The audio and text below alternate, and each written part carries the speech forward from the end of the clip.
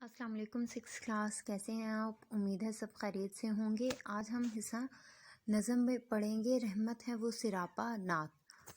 جیسے کہ آپ لوگ جانتے ہیں، نعت اس نظم کو کہا جاتا ہے جس میں اللہ تعالیٰ کے آخری پیغمبر حضور صلی اللہ علیہ وسلم کی تعریف بیان کی جائے۔ سب سے پہلے ہم اس کا تعارف پڑھتے ہیں کہ یہ نظم کس نے لکھی ہے، اس نظم کے شاعر کون ہیں۔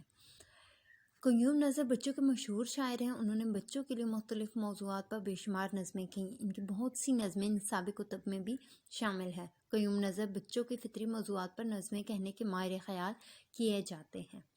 اب ہم پڑھتے ہیں نظم نعت کی پڑھائی کرتے ہیں۔ ہر ایک مقام سے ہے اونچا مقام ان کا، صادق ہیں وہ امی ہیں احمد ہے نام ان کا۔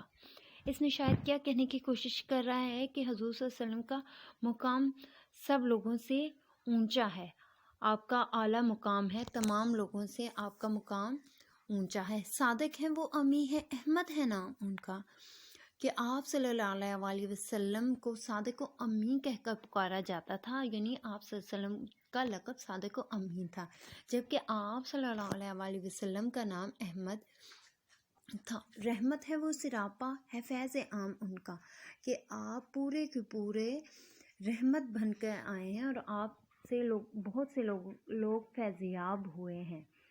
عالی ہے مرتبے میں ادنا غلام ان کا، سلام بن کے پہنچا گھر گھر پیغام ان کا۔ کہلائیں وہ حدیثیں جو ہے کلام ان کا۔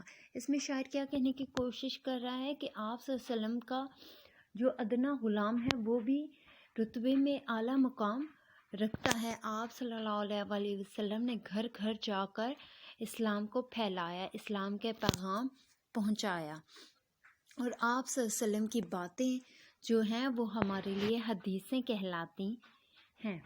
کلمہ پڑھے مسلمان ہر صبح و شام ان کا، کہ ہر مسلمان جو ہے وہ اسلام کا کلمہ پڑھتا ہے اور آپ صلی اللہ علیہ وسلم پر صبح و شام درود بھیجتا ہے۔ سب مشکلوں کا حل ہے دینی نظام ان کا، کہ جتنی بھی مشکلات ہیں اگر آپ صلی اللہ علیہ وسلم کا جو دینی نظام ہے اس پر عمل کریں تو تمام مشکلیں حل ہو سکتی ہیں۔